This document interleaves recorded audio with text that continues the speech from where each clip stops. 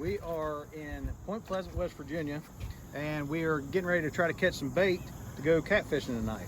It's what is it? It's the 1st of October, isn't it? It is. Now, a lot of times I'll get a question: it's what size net, what kind of mesh, for what size bait. So here on the Ohio River, Yep. we're doing. We're gonna look for some gizzard shad. That's correct. So what are you throwing for a net? So we're throwing a Phytech 10-foot 1-inch mesh net. This is a mono net, 1 inch. This is a pound and 1.2 per foot. That thing's gonna sink like a rock. Yeah. Now it's a little overkill for where we're at. I just want it because it's big.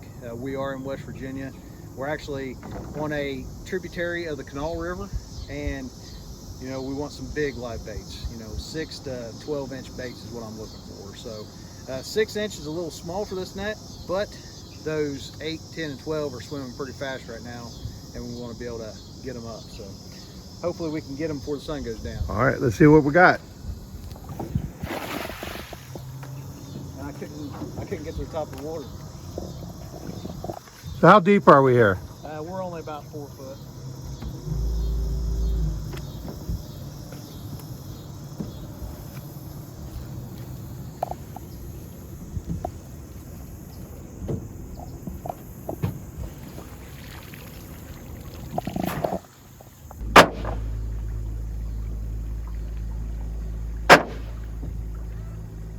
You see him moving up through there.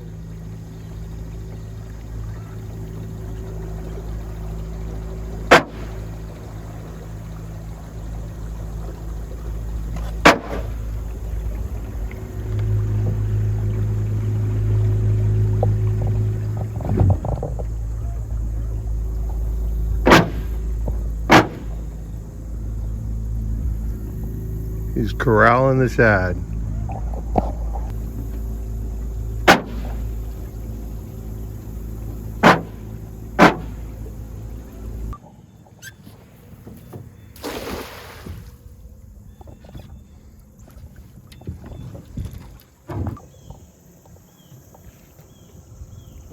Oh yeah.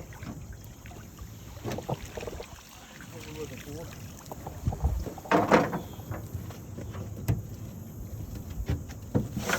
Needs to go right in there, I think.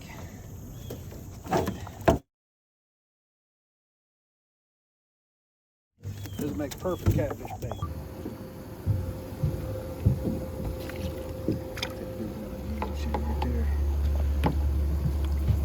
Our first specimen. And do you cut them or you just keep them whole? Now I'm gonna put him on a hole, and I'm gonna hook him right through the tail, and he'll just stay down there and swim and make a bunch of racket, and hopefully entice a big old flathead to come up, and if not eat him, kill him, and get the hook. You got him on a demon dragon. Yep. So he's gonna activate that rattle every time he shakes that tail. Every time he moves around, he's making noise, drawing attention to himself.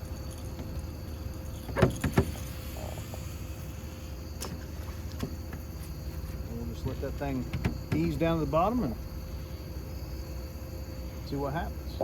So you call that a Kentucky rig? Yeah, this is a double hook Kentucky rig, and it's just 2 hooks staggered about 2 foot apart, and then you got the weight down here on the bottom.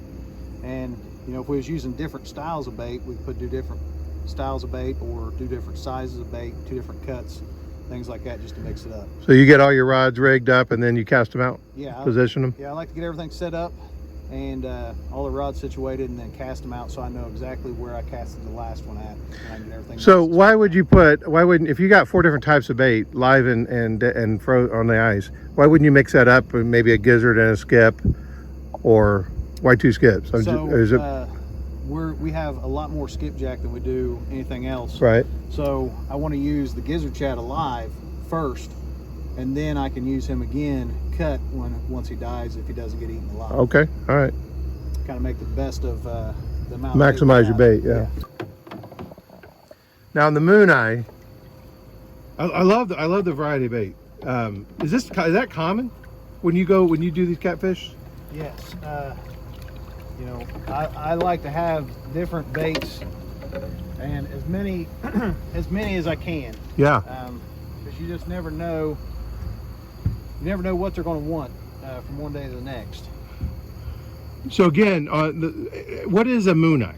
So a Mooneye is is in the herring family. It's a toothy herring.